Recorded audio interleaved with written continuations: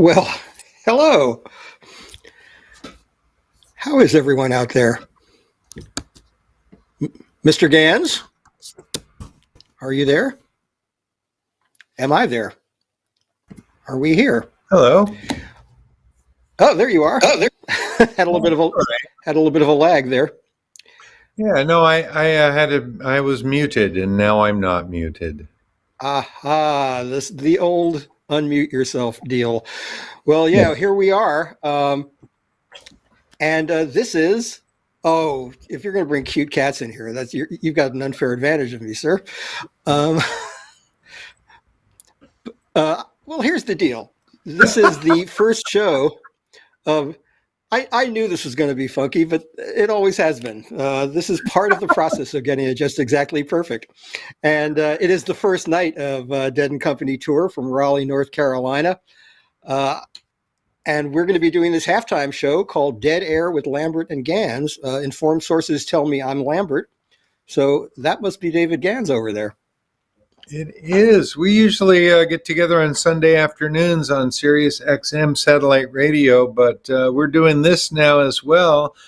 Not exactly sure how we got here, but I'm happy to be here with you again. I'm really excited that we've got a Dead and Company show happening. This has been a long time coming, and we've had our appetites whetted so ably by Billy and the Kids and Wolf Bros, but man, it's time for this thing to happen again. The real deal. Yes, indeed. And of course, it's never easy to get these things to happen. As you might have already heard, there was some weather down there, one of the integral parts of the adventure of summertime music. There was some pretty dramatic weather down in Raleigh. We, by the way, are not in Raleigh, as you can probably tell. Dave is in his living room. I am on my celebrated couch. You know the couch. Everyone loves the couch. Many people became familiar with the couch last year during Shakedown Stream. It gets a lot of fan mail. So the couch is happy to be here. I'm delighted to be here. So anyway, this weather has pushed back the start of the show a little bit, but the band ought to be on stage pretty soon now.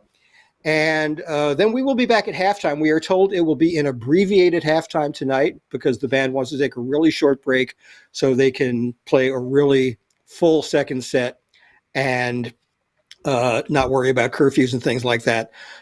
In future shows, what we'll be doing is having, we hope, a more expansive halftime show with special guests and all. This time, I think we'll just have a little time to recap the first set and prepare you for the second. But in the meantime, we're really happy.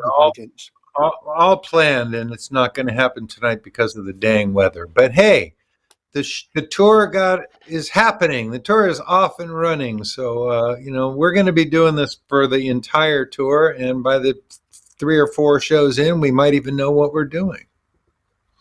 That's right, and but that's part of the joy of it. You start out from scratch, doing something unprecedented. As David said, we've been doing this for a long time, talking to each other on the radio, but here you have the added benefit or burden of looking at our faces. So we hope you consider it a benefit anyway.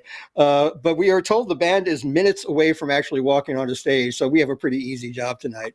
We just get to welcome you, tell you how excited we are, and tell you we look forward to doing this entire tour into the middle of September. Then the band's going to take a little break, and then back in October and through to Halloween. So we're looking forward to a lot of fun. As we said, we will have special guests theoretically starting Wednesday from Bristow, Virginia. We'll keep the break short and sweet tonight, but the band we hear is going on stage. So perhaps it's just time for us to duck out and tell you to enjoy that first set. We'll come back at halftime and talk to you a little bit about it all. Jesus, they hit the ground running, I would say. Gee, it was fabulous. Yeah, what a way to start a tour. One of our callers to Tales from the Golden Road the other day, I think, tried a Touch of Grey prediction for a tour opener, and that was the one. There's somebody, after all of the weather delays and stuff, somebody I know was thinking that Bertha would be a good call, doubly apropos since it has all that test me stuff in it as well as the rain.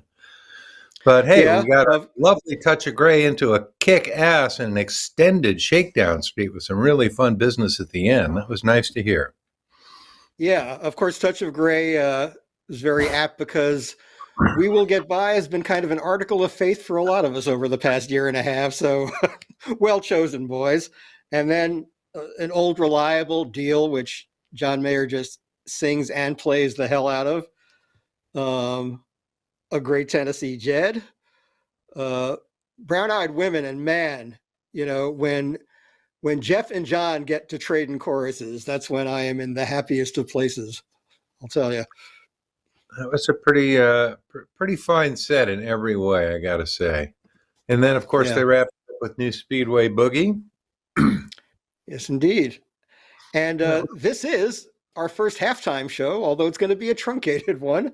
This is what we were calling Dead Air with Lambert and Gans. I'm Lambert, he's Gans, and I'm in New York City on the beloved couch. He is in his lovely house in Oakland, California. And we're going to be doing this for the whole tour. Yeah. Our original plan was to have a special guest schmoozer in this slot, but because of the weather delays and stuff that happened at the site tonight, the break is going to be very short. So we removed our guest and postponed that until Wednesday's show. But if all goes well, going forward, this program will include a special guest schmoozer, so it won't just be the two of us the whole time. That's right. But man, the moment I saw those guys on that stage doing that thing, I was so filled with joy. And of course, the audience reaction shots only magnify that. The people who are seeing it in real time, in the real place, is so wonderful, so heartwarming. This is what drew us all together and continues to do so. And we look forward to that happening all through the tour.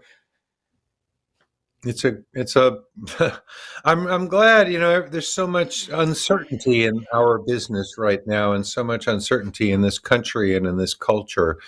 And we've seen some setbacks in the attempting to reopen kind of world. So I appreciate the fact that this is being done on this scale and that they're able to control, making sure that people are safe getting in and out, and that being there isn't a dangerous thing as well. So I appreciate the lengths to which everybody is going to make this a safe and sane gathering in every way, so you can go insane with the music on its terms. Indeed, and I'm happy to see that being adopted by bands and by venues and by promoters all over the country, taking every possible safety precaution, because this is about pleasure and it shouldn't be about pain for anybody or anybody getting sick. So we completely support these initiatives that are being taken, and we thank the musicians and all involved for seeing to it that it's being done. Hey, one of the things we're going to be doing during this tour is calling attention to some causes that are very important to us, very important to the band, very important to our community. First and foremost among these, the charity that has been associated with the Grateful Dead for going on 4 decades, the Rex Foundation. Yes. There will be a presence at all the shows. Participation row is going again at the shows. Head count will be there. The Rex Foundation will be there, and local charities will be set up. So if you're going to shows, we encourage you to visit Participation Row, and they ask you to participate not just by making donations, but by committing to volunteer, to help the good works along. And if you live in the Raleigh area, you might want to check out those specific charities. And in each place the band is playing, there will be a local focus on some of the charities there. And my earbud just fell out, so I will put it back in while you vamp, David. And this community has always been really, really good at taking care of one another. That's one of the founding principles. Remember, the Grateful Dead began playing in a neighborhood. It happened to be a very hip neighborhood not far from San Francisco State College. And a lot of people were living there because the rents were cheap. And a lot of people were playing. The bands that came up out of there all started playing for their own communities there in the Fillmore. And it became this immense global phenomenon. And the Grateful Dead kind of wound up being the heirs to all that hippie culture that sprang up in that time. And that means that we're all trying to keep alive those thoughts and those principles and those concepts of taking care of each other. And that's what all these charities do. The Rex Foundation was formed because the Grateful Dead had, for the entire history of the band, they had been doing benefits, and they had so many requests to do benefits, and they did so many benefits that they decided to form a nonprofit to receive and distribute the funds generated from their nonstop benefit concerts. And so that tradition began with the Grateful Dead in the very beginning, has continued all the way through. As Gary said, they're coming up on 40 years of philanthropy, and a lot of it, most of it, is on very small scale projects that have trouble getting funded otherwise. And that's always been one of the things that they stay away from the big ticket items, and they look at small grassroots organizations that really, really, really need the help, for whom 10 grand is like a huge, amount. Indeed. And one of the organizations that the band has supported since its origins is Headcount. Started, I think we're going on 20 years of Headcount now. I know that Rat Dog did one of the very first Headcount benefits, the first one that I attended anyway. And Headcount is an organization dedicated to encouraging participation in democracy, and at this moment, defending democracy in places where voter suppression laws are being passed and all that. That's a controversial issue to some. It isn't to me, because participation in democracy is absolutely fundamental to the whole concept of community. If you want to make things better, you've got to make your voice heard, and doing that at the ballot box is one of many ways.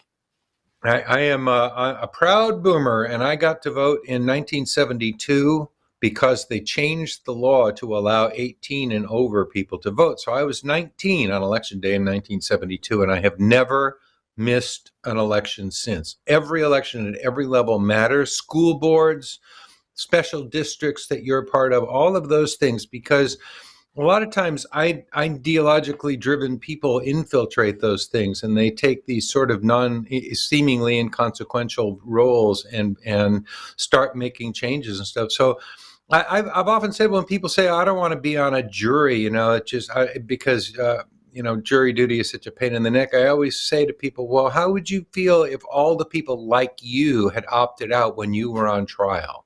Wouldn't you want people that feel like you to be on those juries? So I feel that same way about voting. If you think that it's a waste of your time, I beg to differ. And this is an entirely nonpartisan thing, by the way. Headcount doesn't direct you or advocate for any particular political party. Headcount is all about the franchise and the obligation, right, and sacred mission of all of us to create a society together. And the vote is one of the ways in which we see to it that it looks more like us than like people we disagree with. And let me say, if your only political engagement in life is to wish to smoke weed without getting thrown in prison for years and years, that's the result of participation in democracy. People voted people into state legislatures who voted to legalize medical and later recreational marijuana use in state after state after state. Ultimately, the federal laws will change because people participate in democracy. So if you say you're not involved in politics, politics gets involved in you, because you might get busted, and you might come up before an unsympathetic judge or jury. And we know that people were sentenced to like life in prison for being a 3-time loser on nonviolent offenses. There were a lot of pardons a few years ago, and friends of ours got out because of reforms in the law. So this is all really important stuff, and it's all part of this concept of participating in community. And Deadheads have always had that community vibe about them, and we are so proud of the people who work to preserve that. Yes, indeed. So we're, the info is right there on the screen below us there. There's a way to link to make a direct donation to the Rex Foundation. There will soon be a link to get to headcount.org. And Headcount also sets up these things. They set up contests. They've given away like autographed guitars and lots of really cool prizes. And they also have a vote pin that they're giving away at the booth. They posted a link to it on Twitter the other day. So there are, there are volunteer missions that you can take on for Headcount. You can get into shows for free by going to work the table and things like that. So there is a little bit of your own interest involved, as well as community interest. But truth is, here I am with that old boomer thing again. But our interests and the community interests coincide a lot, and that's the thing. There's an awful lot of impetus for people to sort of defend their right to be a total asshole in society these days. And we all do have that right. But mostly, most of us have the good grace not to exercise it very often. So that's kind of all we're asking, is that you look out for one another. That's been a watchword of hippiedom since there has been a hippiedom. Yes, and while David mentions our boomerdom, and that is undeniable, I also want to say I've been so proud of young people getting more and more engaged. Record numbers of young voters turned out in the last election, and I Yes. meet really, really socially conscious, passionate young people all the time. So this is not just a message to us geezers. This is for all of you out there to encourage your friends. Peer pressure really works. You can convince your friends that it's really cool to get engaged in your community, in local issues, and make a difference. We know that we can make a difference. We've been seeing it for years through the Rex Foundation. We see that headcount makes a difference. And as this tour goes on, and as these programs go on at halftime, we are going to be spotlighting some of the charities that have been designated for support by Rex and by Headcount. We're going to have representatives on from Headcount and Rex. We'll have more time in most of the breaks, we think. This is a very abbreviated break tonight, but so we will be furnishing you with valuable information and resources that will help you help make a difference. What he said. We should talk about music now. Let's go back to talking about music. We're at the beginning of a very, very long season of Dead and Company. There's like 10 weeks of gigs ahead of us here. It's so nice that this is happening again. We went without this for too long. I noticed that the last music from Dead and Company that I had in my stash was from January of 2020. That's a long time to go without. Fortunately, we've had some stuff happening. We had those live streaming events from Billy and the kids and from Bobby and the Wolf Bros. So, and on the local level, people are trying to get back to work, but people are also noticing it's not quite 100% safe yet. So we should also encourage everybody to be very, very careful in their interactions with each other while this COVID thing is still a big issue, and be very, very thankful to all the people that are seeing to it that it is safe and sanitary to go to this concert.